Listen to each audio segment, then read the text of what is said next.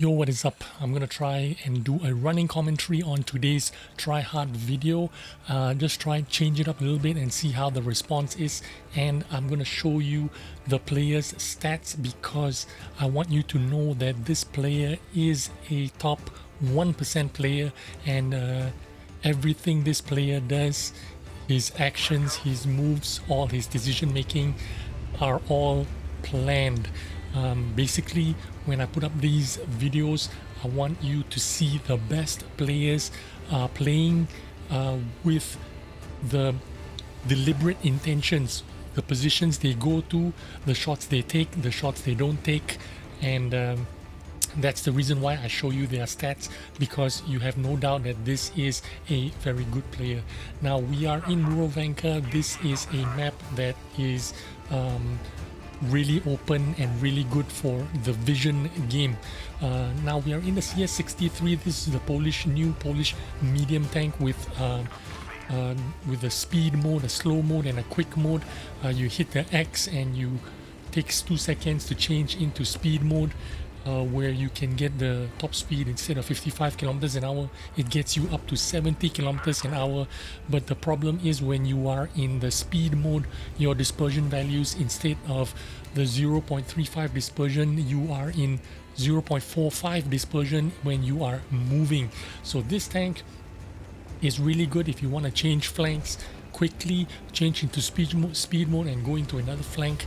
And then when you are settled down in a position, you want to get back into that standard mode and snipe away. Now if you pay attention to our friend here, his name is Leno the Sensei, and if you pay attention to him, the position he takes here is not a position where it's abnormal.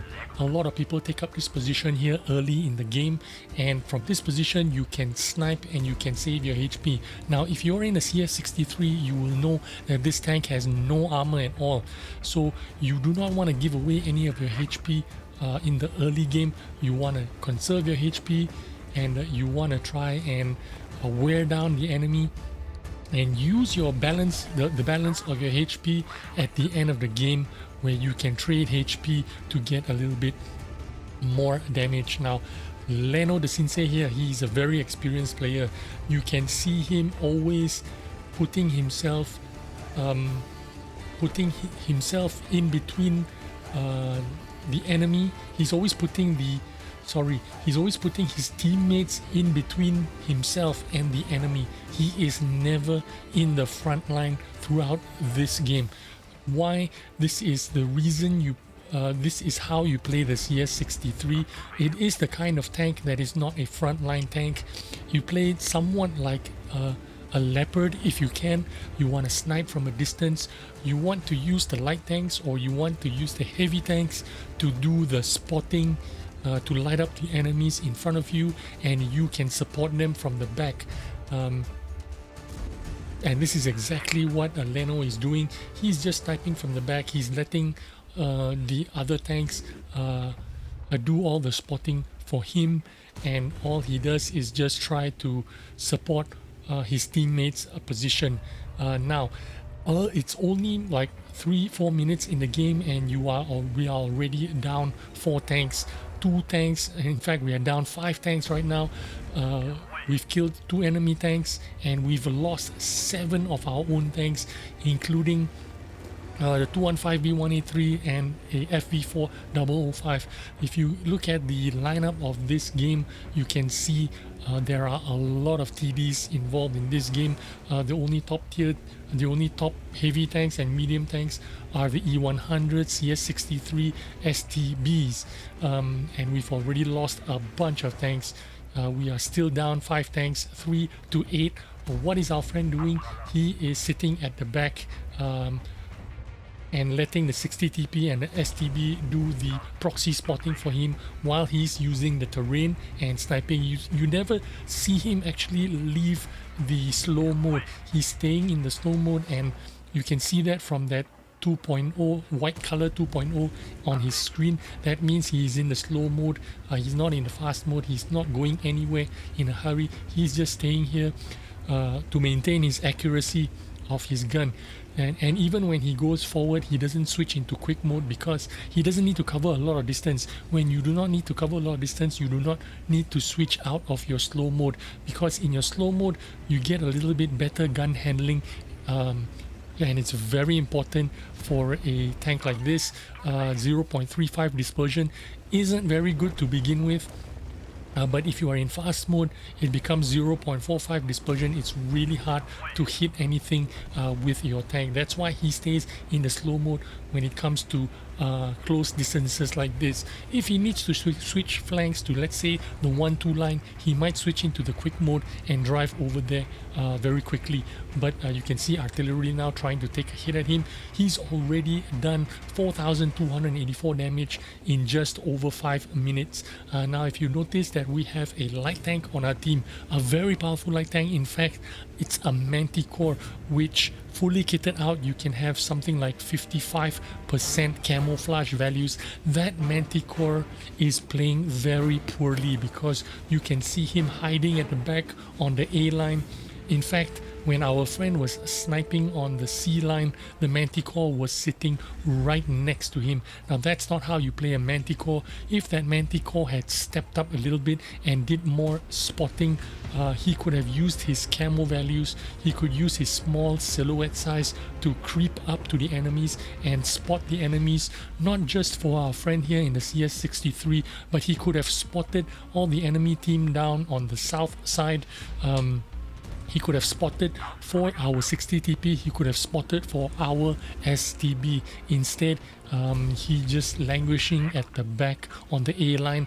Now he's running away from the Leopard, which is on our cap.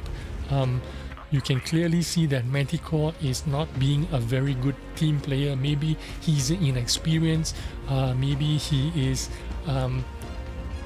too deep into playing light tanks, you know. Light tanks is definitely not suited for his kind of experience.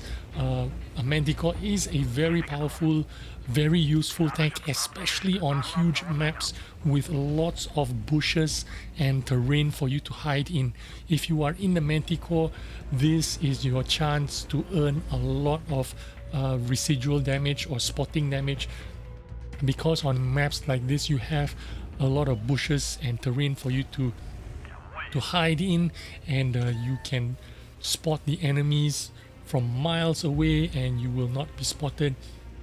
And you can see that FV424005 tried to hunt down the CS-63, but our friend here managed to get some shots on him and he got some support from his teammates as well, and so he managed to finish off that 4005. Our friend here, Leno, is up to 5,770 damage, and he's done a little bit of spotting himself, 1,447 of spotting damage. Unfortunately, his commander is dead, and that's why you look at his green circle on the minimap. He no longer has vision control. The only tank that has vision right now is the Manticore, but the Manticore has wandered off away. This is the time when you need to be supporting your teammate and being close to your teammate so that you can have two guns in the fight instead of one. But that Manticore has no idea what he's doing. When he should have been spotting, he was not, and when he should be supporting his teammates, he is gone out gallivanting all on his own. And now our friend here is being rushed by that Leopard and the Jagdpanzer, but he's got the presence of mind to finish off the one-shot Leopard first, while the Jagdpanzer E100 is tracked. Now you can see him purposely tracking the E100 with every shot and doing damage, and this is the reason why he can shoot the E100 while he is kept this Jagdpanzer E100 tracked. So this is one of the skills that you need to learn if you are coming up in the ranks, if you are learning how to play medium tanks, if you're learning how to excel, if you're learning how to become a better player. You have to keep calm, have the presence of mind to to pick your tank out, which is the priority tank that you should shoot first. Now you have the Jagdpanzer E100 tracked, so while he is tracked, turn your attention to the one-shot Leopard and finish him off so that he can't put any shots into you, and then reload and continue to chip away at the Jagdpanzer E100.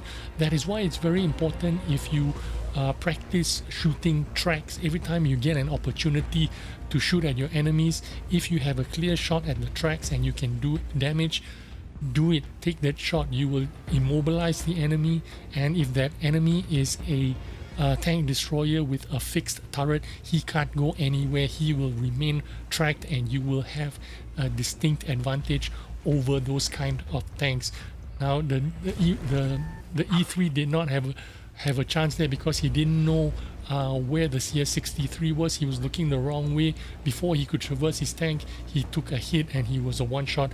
That is why he is there. Now the reason why I'm showing you a CS-63 playback today is because in conjunction with the Renaissance Clan Wars event going on, the CS-63 is fast becoming one of the most desired, most popular tanks for callers to pick on when they are picking first pick tanks. Now the first pick tanks are always the 907s, but on situations, some situations, CS-63s are picked ahead of the 907, although it is not the first choice tank. But on certain maps, especially on maps like a cliff and mines, the CS-63 work very well as a pack.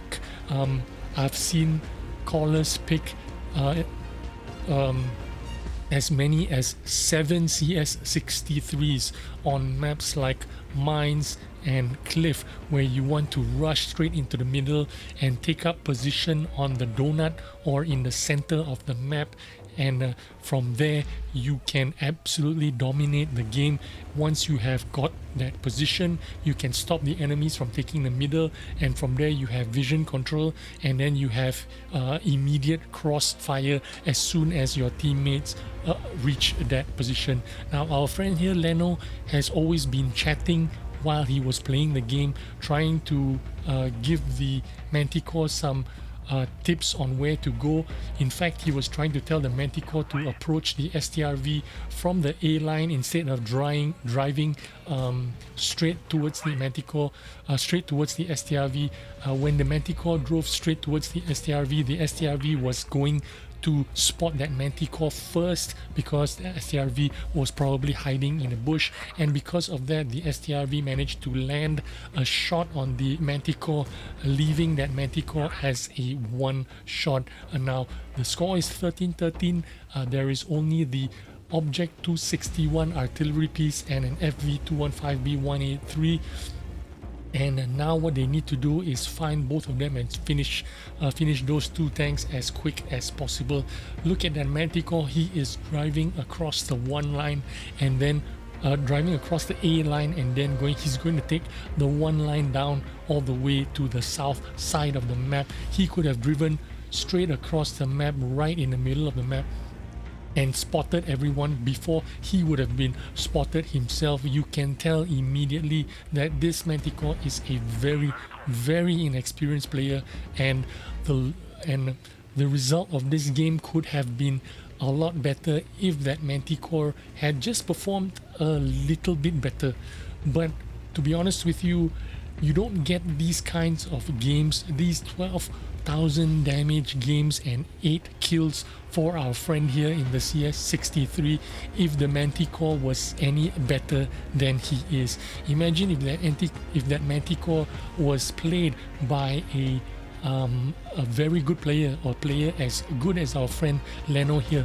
Our friend Leno wouldn't have 8 kills. He would probably have only 4 kills or maybe 5 kills, and the Manticore would have got the other 4 or 5 kills. So these games, these big damage games, always have some element of RNG, some element of luck involved. If that Manticore would have been a little bit better, they would have probably have a better result than what they're going to get. But if the Manticore had played any better, our friend here, Leno, his personal score wouldn't have been as much damage as you see right now, or as many kills as you see right now. So there are two ways to look at this. When you want big games, when you want, you know, huge damage results like our friend here in Leno in the CS-63, you gotta expect that some of your teammates are slacking. That's the only way you can get these kinds of big damage games. Unfortunately, it turned out to be a draw. They didn't manage to finish out this game before the time was up, but our friend Leno, still congratulations to him. He did everything well, he did everything right, the best that he could.